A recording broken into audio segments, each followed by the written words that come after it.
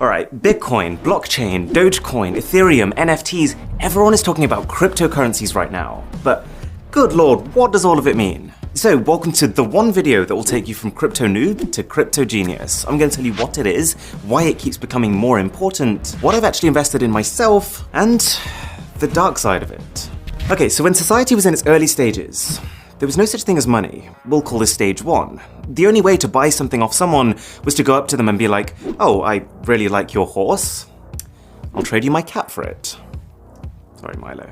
I'd never trade you. But the issue with a system like that is that even though you might be perfectly happy to give up your horse, you just might not want a cat. So that trade will never happen. But that's where currency came in. Stage two, coins, which, because they were made of precious materials like gold and silver, everyone just accepted that they were worth something. You've heard of the British pound, right? Well, the reason they're called pounds is because £1 literally just used to be £1 of silver. And so all of a sudden in a trade, it doesn't matter if you don't want my cat. As long as I have coins, we can still trade for your horse. Even if you have no use at all for the silver, because it's a precious material, you have that reassurance that you can take that coin, give it to someone else, and trade for something that you do want. Convenient, right? But then this evolved to stage three. As banks became established and governments had control, we realized that as long as there was trust in the system, we could move away from needing to carry blocks of precious metal towards something even more convenient. Paper money. It does the same thing, but now the money doesn't have value because it's made of pure silver, it just has value because the government says it has value. Like this £10 note here in the UK, the note itself is just made of, well, it's actually made of plastic. They changed it recently because it's more durable. But if you look closer, you can see that all this actually is the Bank of England promising that they will pay the bearer of this note £10. Really, this is just a receipt, a kind of proof that you own a certain amount of money. But as technology has improved even further, we found even more convenient ways of storing and trading our stuff. We're now in what I would call stage 4, where more people than ever are buying things online and using credit cards, and really when you're at that stage, we don't see our money anymore. It's not about coins or notes or cats, it's just entries on a spreadsheet. Like when I buy a music album from Amazon, all that's happening is that my bank adds an entry in my spreadsheet that says Aaron now has $10 less, and then Amazon's bank adds an entry that says they have $10 more. So, the reason I've given you this entire intro is to give you context on where cryptocurrency sits. It's seen by many people as the most convenient era of exchange ever. Stage 5. The way to think about a cryptocurrency is that it's 100% virtual. I know the logo for Bitcoin kind of looks like a physical coin. It really is a Bitcoin now. But with crypto, there is no gold, there is no silver, there is no paper. It really is just the transfer of digital assets.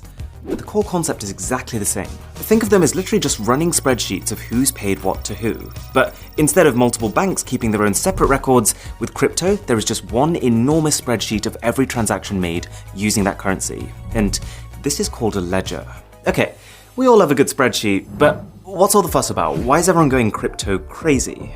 Well, there are some distinct advantages to a currency system like this. One, it's decentralized, which means that while every transaction of a given cryptocurrency is all recorded on the same ledger, there are many, many copies of that ledger, and anyone who is a part of the network has one. You might have heard of cryptocurrency mining, or Bitcoin mining. Well, all that is someone who set up a computer to crunch through transactions on their copy of this ledger or spreadsheet. There are already about 1 million Bitcoin miners around the world, and Bitcoin is just one type of cryptocurrency. The reason they're doing it? Well, if you dedicate your computer's power to mining, say Bitcoin, then you will earn some Bitcoin as compensation. So the result of this is that if I go into a store and spend 5 Bitcoins on something, then instead of just checking with one bank's records, the shop instead checks with every single computer on this network if I have enough. And assuming I do, each computer will give the go-ahead, and then every single one will update their records independently. So because you end up having this many copies of exactly the same ledger, it becomes very easy to tell if anyone's trying anything fishy. Who bought this?